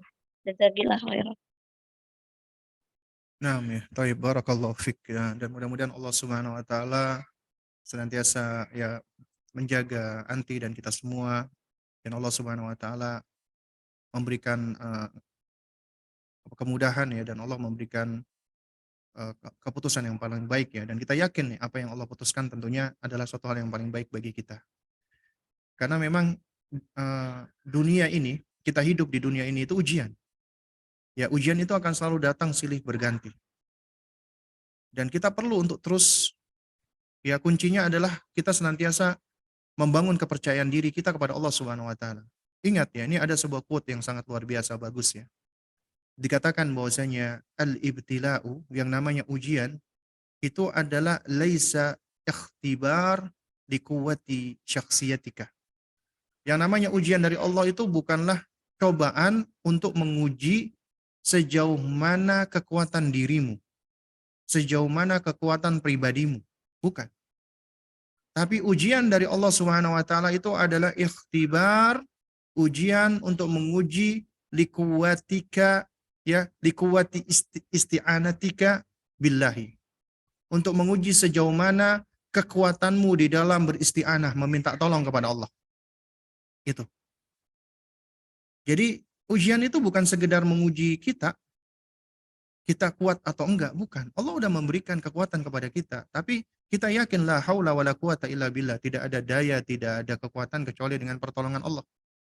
Makanya Allah memberikan ujian itu, di antara hikmahnya adalah untuk menguji sejauh mana kita mau dan senantiasa meminta pertolongan kepada Allah, karena Allah lah yang akan memberikan pertolongan dan menguatkan kita. Ya, karena sejatinya kita lemah. Allah yang menguatkan kita. Ya, kita dhaif, fakir. Allah yang menjadikan kita mampu. Makanya ketika kita dilanda oleh kesulitan, itu artinya Allah Subhanahu wa taala menghendaki agar kita mengingatnya dan mendekat kepadanya. Dan itulah tanda kecintaan Allah. Makanya Nabi mengatakan, innallaha idza ahabba qauman ibtalahum. Sesungguhnya Allah, apabila Allah Subhanahu wa taala menguji suatu kaum, ya, mencintai suatu kaum, maka Allah akan mengujinya. Allah akan menguji mereka. Jadi semakin besar ujian, berarti itu tanda Allah semakin sayang dengan kita. Karena dengan ujian itu kita akan merasa lemah. Kita merasa sedih. Kita merasa kecewa. Kita merasa marah. Itu sinyal-sinyal dari diri kita, tubuh kita, perasaan kita, agar kita mencari tempat bersandar. Dan tidak ada satupun tempat bersandar yang paling kuat, melainkan kita bersandar kepada Allah Subhanahu wa taala. Allahus Samad. Allah bersandar semua makhluk kepadanya, dan Allah yang bisa menolong kita. Karena itu, ya, dengan ujian ini carilah kekuatan dengan mendekat kepada Allah. Kita diuji oleh Allah. Dahulu kita punya hal-hal yang trauma. Alhamdulillah Allah hadirkan suami. Suami yang penyayang, yang memperhatikan, sehingga akhirnya fase-fase kita mengalami trauma terobati. Ternyata setelah itu, suami kita yang membuat kita trauma lagi. Allah ingin mengingatkan gitu loh. Kita lihat nih, misalnya Nabi Ibrahim alaihissalam. Nabi Ibrahim alaihissalam, beliau itu bersabar untuk bisa memperoleh momongan. Hingga usia beliau cukup tua. Akhirnya Allah berikan beliau momongan. Allah berikan beliau anak. Diuji oleh Allah Subhanahu wa taala.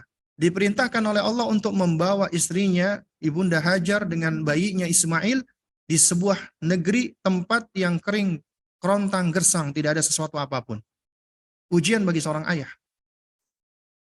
Padahal namanya ayah cinta sama ayahnya, cinta sama anaknya, sayang sama anaknya dan istrinya. Diuji oleh Allah. Seakan-akan Allah ingin membersihkan di dalam hatinya tentang attachment-nya Ibrahim alaihissalam, ya, tentang kecintaannya Ibrahim alaihissalam kepada anaknya. Diuji oleh Allah. Engkau lebih mendahulukan mana? Cintamu kepada Allah atau kepada anak dan istrimu? Nabi Ibrahim lebih mendahulukan cintanya pada Allah. Dan Allah tolong Hajar dan Ismail. Akhirnya Allah kumpulkan lagi Ibrahim alaihissalam dan putranya Ismail. Kemudian diuji lagi oleh Allah karena Ibrahim begitu sayangnya kepada Ismail. Diajak beraktivitas sama-sama untuk membangun qawaid, ya, Baitul Haram. Ayah mencintai anaknya luar biasa. Diuji oleh Allah. Diberikan wahyu melalui mimpi untuk menyembelih anaknya. Diuji lagi oleh Allah. Ya, wahai Ibrahim, bagaimana attachment-mu? Apakah engkau lebih mendahulukan attachmentmu dengan Allah ataukah anakmu? Akhirnya Ibrahim alaihissalam lebih mendahulukan perintah Allah. Dan Allah berikan kebaikan. Dari kisah ini kita belajar, seringkali kita diuji oleh Allah Subhanahu wa taala dengan sesuatu yang awalnya itu kita anggap sebagai karunia. Tapi ternyata kita diuji.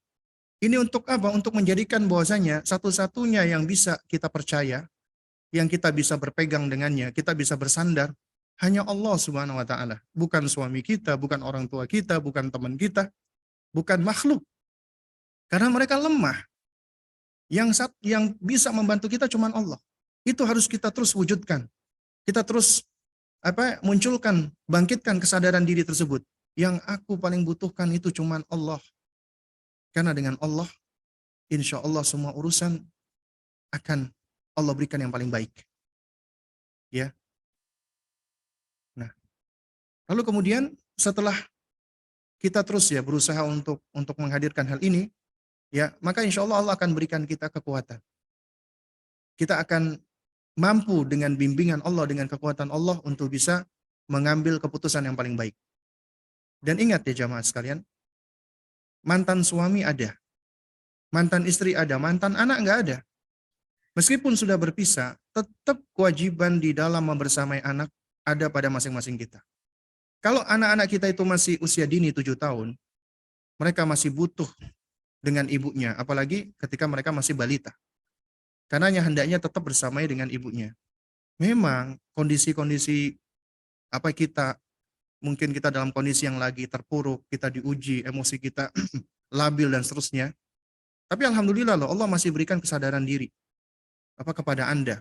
Anda tahu bahwasanya kondisiku seperti ini. Kondisiku itu sedang terpuruk. Aku sedang mengalami kesulitan dalam mengelola emosi. Anda tahu. Berarti ini kesadaran yang sudah Allah berikan. Kesadaran Anda ini berarti itu menjadi langkah pertama bagi Anda agar Anda bisa memperkuat diri. Agar Anda bisa memperbaiki diri. Agar Anda bisa ya menghadirkan kesadaran diri. Ketika aku lagi marah dengan anakku, ya. Jadi kita bisa mampu untuk menahan diri. Kalaupun seandainya terlepaskan, kita marah kepada anak kita bentak-bentak anak kita, kemudian setelah itu biasanya kita akan sadar. Kalau kita sadar, Allah masih memberikan kebaikan artinya. Berarti Allah berikan taufik, kita segera taubat kepada Allah, mohon maaf kepada Allah, bersimpuh kepada Allah, bertaubat kepada Allah, dan minta maaf kepada anak kita. Kita lebih menunjukkan kasih sayang. Biasanya seseorang yang dia melakukan kesalahan, kemudian dia ingin menebus kesalahannya, dia akan menebus dengan semakin menunjukkan kasih sayang. Dan ini akan dipelajari oleh anak-anak kita.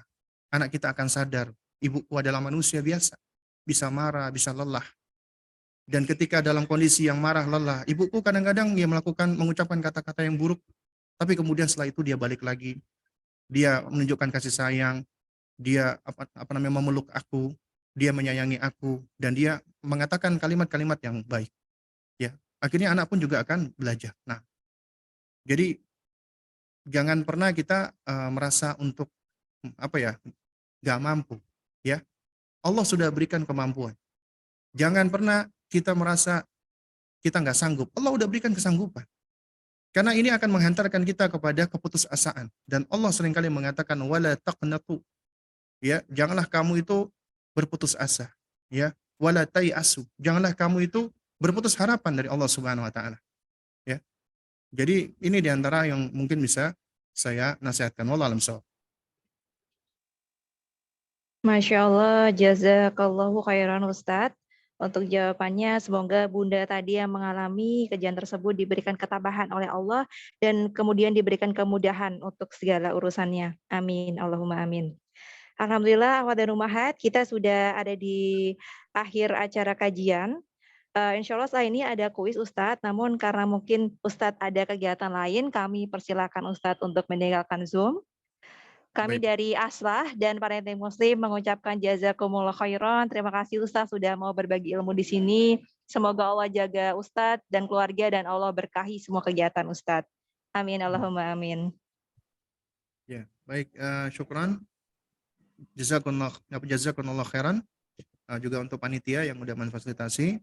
Ya, barakallahu fikum. Mudah-mudahan yang kita pelajari ini bisa memberikan manfaat untuk kita semua ya, dan juga kita diberikan hidayah dan taufiknya oleh Allah Subhanahu wa taala. bisa terus belajar dan menuntut ilmu, dan kita juga bisa menjadi ibu yang paling baik untuk anak-anak kita. Jadi Anda tidak dituntut untuk menjadi ibu yang baik bagi semua anak, tapi Anda dituntut untuk menjadi ibu yang terbaik, ya, untuk anak-anak Anda. Dan Anda mampu insya Allah dengan izin Allah, dengan pertolongan dari Allah Subhanahu wa taala, ya. Jadi Anda mampu menjadi versi yang paling baik untuk anak-anak Anda. Dan mudah-mudahan Allah Subhanahu wa taala karuniakan kepada kita semua taufik, dan Allah istiqomahkan kita, dan Allah kumpulkan kita semua di jannahnya. Mungkin ini yang dapat saya sampaikan, kurang lebihnya saya mohon maaf. Barakallahu fikun jami'ah, ya. Assalamualaikum warahmatullahi wabarakatuh. Waalaikumsalam warahmatullahi wabarakatuh.